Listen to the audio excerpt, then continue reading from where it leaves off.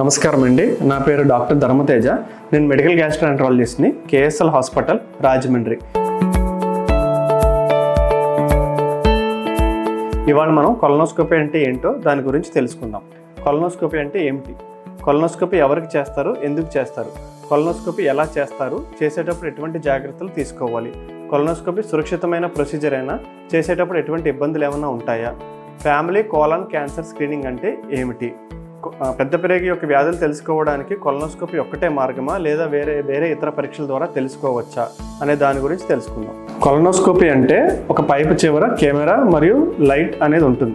ఈ కెమెరాతో ఉన్న పైపుని మలమార్గం ద్వారా పెద్ద ప్రేగులోకి పంపించి పెద్ద ప్రేగు యొక్క భాగాన్ని మరియు చిన్న ప్రేగు యొక్క చివరి భాగాన్ని తెలుసుకోవడం కొలనోస్కోపీ అంటారు. కొలనోస్కోపీ ఎవరికి చేస్తారు? దీర్ఘకాలికంగా విరోచనాలు అవుతున్నా, అంటే 3 నెలల కన్నా విరోచనాలు అవుతున్నా, కొన్ని మందికి సంవత్సరాల పాటు విరోచనాలు అవుతున్నా వారికి కొలనోస్కోపీ చేయాలి. మరియు దీర్ఘకాలికంగా మలబద్ధకం ఉన్న వారికి చేయాలి. మరియు మల మార్గం ద్వారా రక్తం పడుతున్నా, మరియు దీర్ఘకాలికంగా ఏంటంటే మల మార్గం ద్వారా జిగురు విరోచనాలు అవుతున్నా, మరియు కొన్ని మందికి ఏంటంటే వంశపారంపర్యంగా కొన్ని పెద్ద ప్రేగు యొక్క క్యాన్సర్స్ ఉంటాయి. వాటి తెలుసుకోవడానికి వాళ్ళ తల్లిదండ్రులకు కానీ, చిన్నాన్నలకు కానీ, బాబాయిలకు కానీ, మేనత్తలు కానీ ఎవరికన్నా పెద్ద ప్రేగు యొక్క క్యాన్సర్స్ ఉంటే వారికి కొలనోస్కోపీ చేయాలి.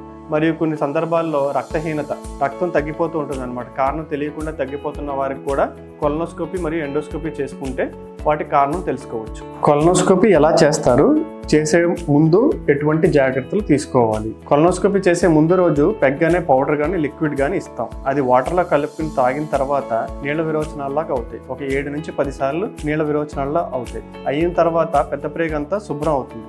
తర్వాత మనం కొలనోస్కోపీ అనే పరికరాన్ని మలమార్గం ద్వారా పెద్ద ప్రేగులోకి పంపించి పెద్ద ప్రేగు యొక్క వ్యాధుల్ని తెలుసుకుంటాం. ఒక్కొక్కసారి పెద్ద ప్రేగులో పుళ్ళు కానీ, అల్సర్స్ కానీ, గడ్డలు కానీ ఉంటాయి. అలాంటి సమయంలో ఆ పెద్ద ప్రేగులో నుంచి మేము చిన్న బయాప్సీ ముఖ పరీక్ష చేస్తాం. ముఖ పరీక్ష యొక్క రిపోర్ట్ రావడానికి కనీసం ఒక 5 రోజుల నుంచి వారం రోజుల వరకు పడుతుంది.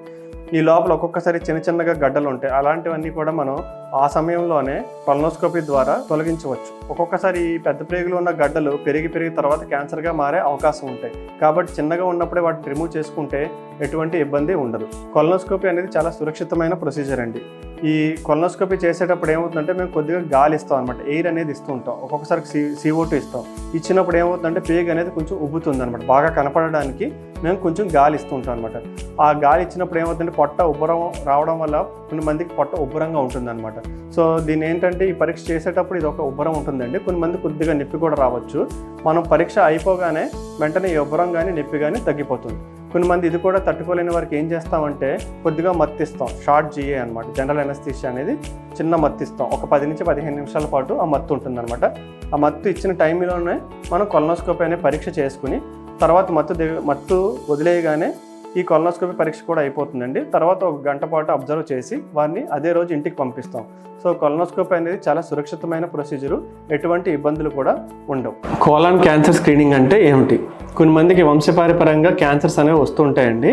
అంటే వాళ్ళ తల్లిదండ్రులకు కానీ, మేనత్తలు కానీ, చిన్నాన్నలకు కానీ, అంటే దగ్గర కుటుంబ సభ్యులు ఎవరికన్నా సరే పెద్ద ప్రేగు యొక్క క్యాన్సర్ ఉందంటే దాన్ని మనం ముందుగానే గుర్తించి వారు కొలనోస్కోపీ ముందుగానే చేసుకుంటే అవి కొలనోస్కోపీలో మనకి ఏమైనా చిన్న గడ్డలు అనేవి ఉంటుంటే అవి ముందుగానే తొలగిస్తే అవి క్యాన్సర్గా రాకుండా మనం చూసుకోవచ్చు. కొన్ని మంది మోషన్ వెళ్ళేటప్పుడు కానీ, మలం వెళ్ళేటప్పుడు కానీ వాళ్ళకి ఏంటంటే బ్లడ్ పడుతూ ఉంటుందండి. దాన్ని ఏమనుకుంటారంటే పైల్స్ కానీ, ఫిషర్ కానీ, ఫిస్టులా కానీ అనుకుంటూ ఉంటారు. అలా అనుకోకుండా, అశ్రద్ధ చేయకుండా దగ్గరలో ఉన్న డాక్టర్ గారి దగ్గరికి వెళ్ళి ఇది దేని ద్వారా వచ్చిందని తెలుసుకుని అవసరమైతే కొలనోస్కోపీ కూడా చేయించుకుంటే మంచిది. అంటే కొలనోస్కోపీలో మనకు ఒక్కొక్కసారి చిన్న గడ్డలు అనేవి కనపడవచ్చు. దాని ద్వారా కూడా బ్లీడింగ్ అవుతుంది.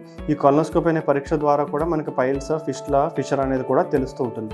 సో దీన్ని మనం కొలనోస్కోపీ పరీక్ష చేయించుకుని ఆ చిన్న గడ్డలు అనేవి ముందుగానే గుర్తించుకుని తొలగించుకుంటే అవి దీర్ఘకాలికంగా పెద్ద గడ్డలుగాను మరియు క్యాన్సర్గా మారకుండా చూసుకోవచ్చు. పెద్ద ప్రేగు యొక్క వ్యాధులు తెలుసుకోవడానికి కొలనోస్కోపీ ఒక్కటే మార్గమా లేక వేరే పరీక్షల ద్వారా తెలుసుకోవచ్చా అంటే CT స్కాను మరియు కొన్ని రక్త పరీక్షల ద్వారా మనం పెద్ద ప్రేగు యొక్క వ్యాధులు తెలుసుకోవచ్చండి.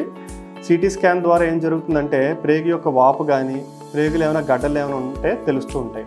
అదేవిధంగా కొన్ని రక్త పరీక్షల ద్వారా లేదా విరోచనం మల పరీక్షల ద్వారా కూడా ఆ ప్రేగు యొక్క లక్షణాలు, ప్రేగులో ఏమైనా వాపు ఉందా, ప్రేగులో ఏమైనా రక్తం పడుతుందనే దాని గురించి కూడా తెలుసుకోవచ్చు. కానీ ఖచ్చితమైన పెద్ద ప్రేగు యొక్క లక్షణాలు తెలుసుకోవాలంటే కొలనోస్కోపీ చేయించుకోవాలి. సో కొలనోస్కోపీ అనేది ఏంటంటే సురక్షితమైన మరియు ఖచ్చితమైన ప్రొసీజర్ అండి. నాకు ఈ అవకాశం ఇచ్చినందుకు ధన్యవాదాలు.